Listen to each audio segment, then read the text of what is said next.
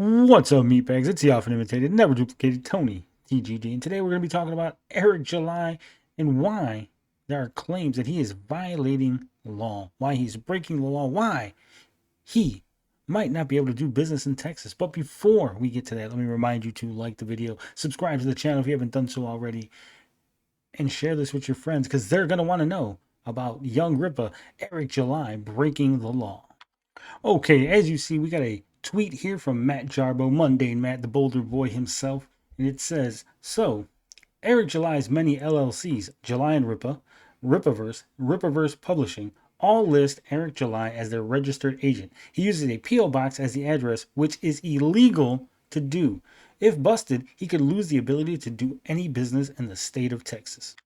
Now, if we look at the images that Mundane MAtt has provided, you can see the first is from something called Patio Paradise, and it lists Rippaverse Publishing LLC as a Texas domestic limited liability company filed on January 26, 2022. The company's filing status is listed as the existence, and its file number is blah, blah, blah. The registered agent on file for the company is Eric D. July, is located at 101 East McKinney Street, number 2106. The second image is also Rippaverse Publishing is located at 101 East McKinney Street, number 2106, Denton, Texas, 76201. You can contact them at contact@rippaverse.com. This comes from the Rippaverse site, I believe. I believe this image is from Google, possibly. Image 3, and the reason why I was so willing to actually give up the address to say it publicly in this video is because if you look up 101 McKinley Street, you'll find that it belongs to the United States Postal Service. That's right. Zooming in, you can see clearly 101 East McKinney Street, and there it is on Google Maps, United States Postal Service. The last image here explains exactly what the law is. Let me get out of the way so you guys can read it along with me. An entity's registered office must be a physical address in Texas where the registered agent can be personally served with process during business hours. It cannot solely be the address of a mailbox service or telephone answering service. And highlighted, thank you, Mundane MAtt, is the Secretary of State cannot serve as an entity's registered agent.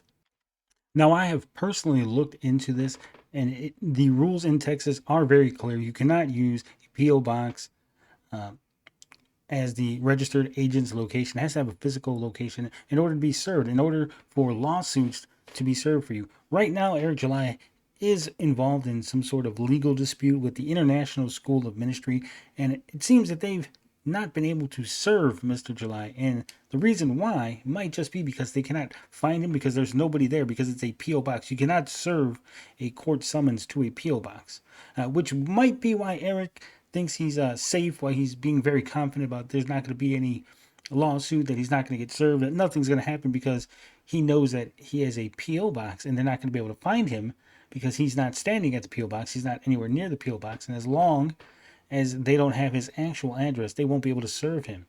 However, in doing so, although he could be avoiding process serving, he could also be breaking other laws, which might cost him the ability to do business in the state of Texas altogether. Now, like I said, I did look into this and I could not find exactly what the penalty was for doing this, for registering a P.O. box instead of an actual address.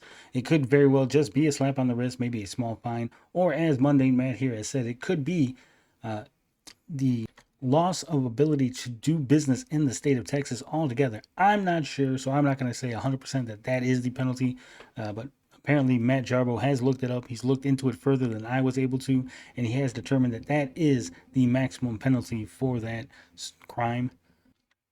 I would love to hear Eric July's explanation for this, because we heard him explain how there were two gates and a fence on one side of his property, how it was private, but actually there's an open side, but wait, there's two gates, but there's a fence, and you got to look at it from this angle, and you got to turn around, even though that street is public.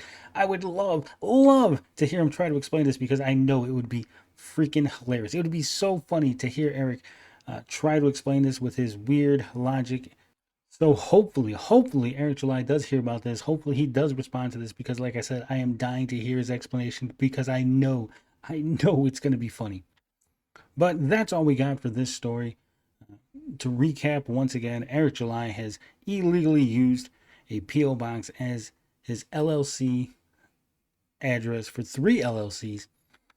According to Mundane MAtt, the maximum penalty would be the loss of ability to do any business in the state of Texas. We will keep you updated if there is an update on this story.